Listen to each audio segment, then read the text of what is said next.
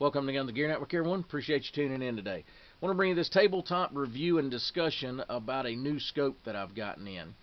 Just bought a new primary arms scope. It is the 4x14-44 first focal plane with the ACSS 308 HUD reticle in it. So, why did I buy this scope? I'd been interested in this scope ever since it came out. They've had a couple different variations over the last few years, and I'll be honest with you, I was a little skeptical, not because of anything about primary arms. I have tons of primary arms products. Matter of fact, I've got one of their 4x14-44 mil-dot scopes that they have, and it's a great value. The reason I was attracted to this one was because of the reticle. And it is the ACSS reticle that had a lot of research and engineering into this.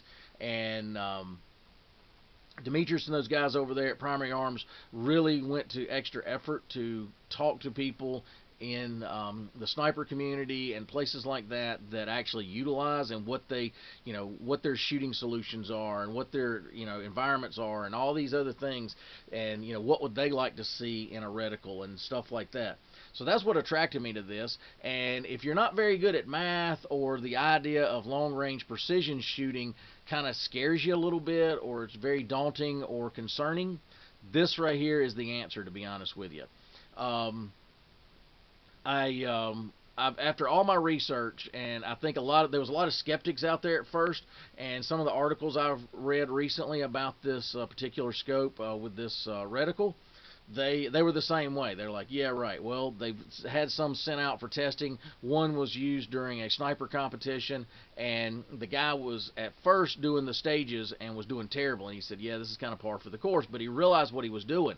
He was trying to use traditional methods with this scope, and that's not practical. That's not what it's designed for.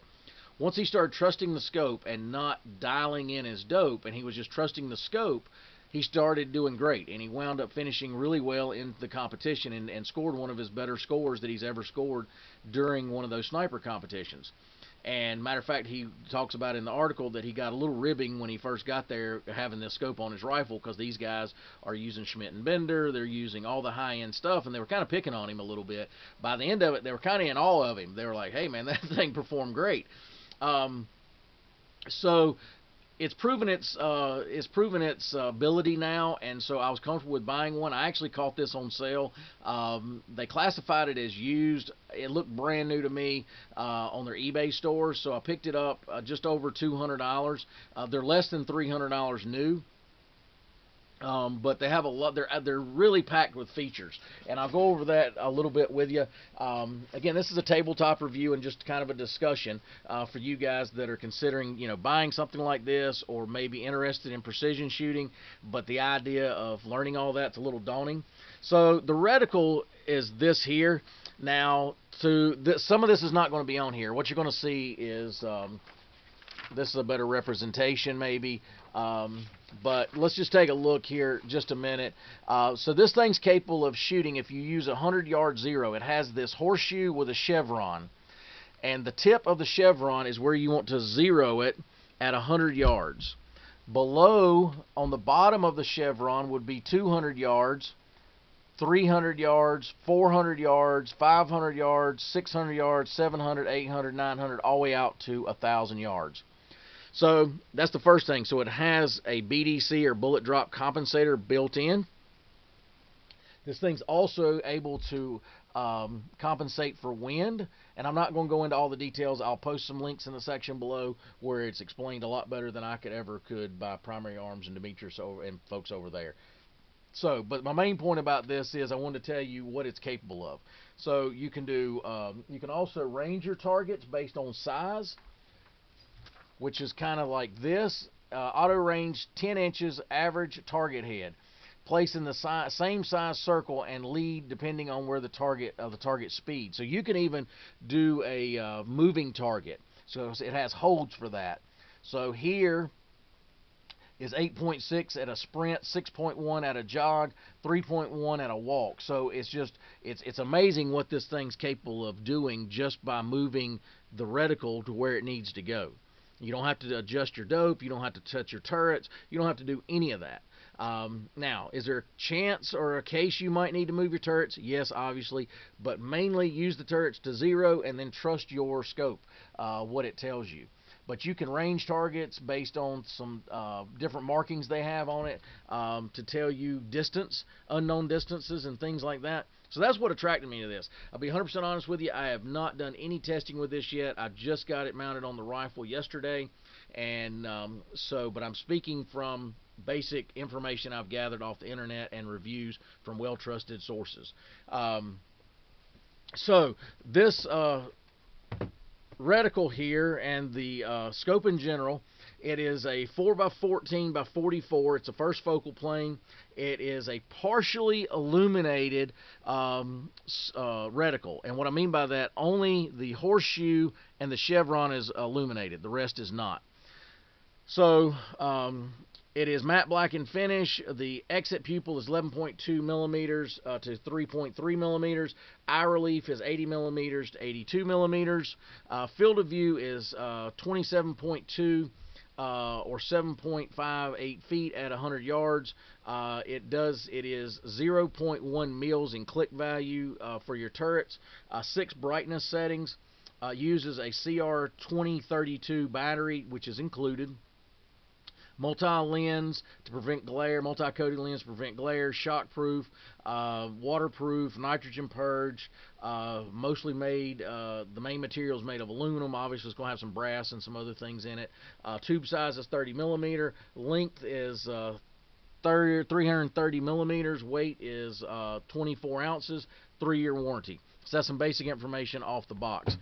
So let's take a little bit of a look of the scope.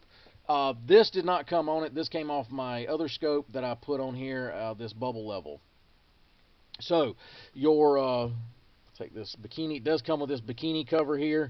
So your eye adjustment is here. So you'll need to set that to your particular eye where it's at.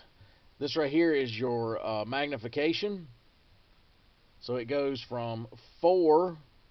And it's a little stiff, but that's to be expected with a new scope anyway, to 14. Now, we'll tell you, on the lower settings, say all the way down to 4, that reticle gets teeny because it is that first focal plane. However, if you're going to use this, what I would recommend, because it has that illuminated reticle, you kind of use it almost like a red dot at that point. So you're basically using a 4x, a magnified red dot because of that chevron. The rest of it is going to be, the subtension is going to be so faint and so small, you're not going to be able to pick up on it. So for a hunting application and you're wanting to use that, you're essentially going to use the chevron only and be more concerned about that. This right here is your illumination knob. Now, the neat thing about this illumination knob that I thought was just super trick, to be honest with you, so it's got 10, I think, let's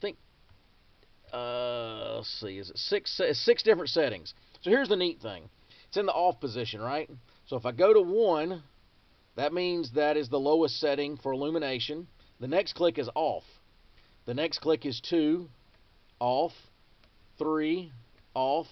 4, off. So if you have a favorite setting, you can, like you say you'd like it between 3 and 4, you can put it in the off position, go forward for 3, and go back for 4, and not have to go rotate all the way back through the crazy thing to get to off every time. So I thought that was just awesome. I got to looking at that, and I thought that was the neatest thing when they had that system built in. So this right here is your parallax adjustment. It is 0 out to infinity. So it even's got 1,000 yards and then out to infinity. Or 10 yards out to infinity. But it does have that. Of course, your windage and elevation. These right here, if you can hear that or not. You know, the clicks are okay. Again, it's not a European glass with super fine precision reticles, with turrets. But at the end of the day, I'm hoping if this thing performs like it's supposed to, that I'm very rarely ever going to use these anyway. I'm going to zero it and then just use these. It does have some markings up here. It says the ACSS HUD DMR 308 to 223. Now, they do make different variations of this, one for the 5.56 and one for a 308 and a 223. So keep that in mind. So don't just go think you can buy this and put it on a 300 Win Mag or some oddball caliber. BDC reticles in nature are designed for specific calibers. So they're going to, according to my research and talking to the folks over there, they're going to offer some more, like 300 blackout and things like that that's coming down the pipe. Just don't know when they're going to get there with them. But I'm super excited to have it. I've been wanting it, and I think it's going to be great. I don't mind doing the firing solutions and stuff, but I was just kind of wanting something a little more user-friendly that, I could take my kid out, and he didn't have to sit there and worry about turrets and things like that. A novice shooter can learn this probably pretty easy, to be honest with you. There's videos out there, and people think, well, it's good for 500 yards. No, actually, there's a couple videos, and I will post those links in the section below, of a gentleman shooting this at 1,000 yards and, believe it or not, at 1 mile. So don't think that it's a 200 to 500 yard scope at best. Obviously, probably anytime you get into 308, 1,000 yards is really stretching it. He actually shot one at 1 mile with this exact setup. It was the Savage Model 10 rifle and the this primary arm scope, which was amazing. Both shots were. Now, he didn't hit it first shot. I think the 1,000 yards, it took him about 9 shots before he could finally dial in his dope to where he needed it. He did not turn turrets, except on the 1 mile. He did have to adjust the turret, and I forget how many clicks he did. It was over 20 some clicks, so of elevation that he had to get to be able to, and then he held it on the 1,000 yard mark on the reticle and still dialed like 20 some clicks with it. So it's pretty amazing. But it's really amazing that this reticle can do that. The glass is very clear, no issues there. If you check on eBay, they run these on special, either just sales in general. They'll run some that are called blemishes, and then they run some, these are actually used, so they're either turn-ins, people maybe didn't understand the system, didn't like it and sent it back, or whatever, but they are tested. There at Primary Arms have the same warranties and everything else, so you can catch them on sale, or at least on special, with their blemishes and their used ones that they get back, that they do put back on eBay, that they don't sell in their traditional store. So keep an eye out on their eBay store, and I'll also put a link to their eBay store down below for you guys that want to look around. Awesome products from Primary Arms. They've just, in my opinion, they've revolutionized the budget-friendly optic world. Ever since they came on the scene with their red dots and things like that, they're innovative. They try making everything budget friendly but very durable with nice warranties, and customer service over there is excellent. I've never had an issue. If I've had a little problem with something, they took care of it immediately and dealt with it just professionally and the way it should be done. So I can't say enough good things about Primary Arms in general.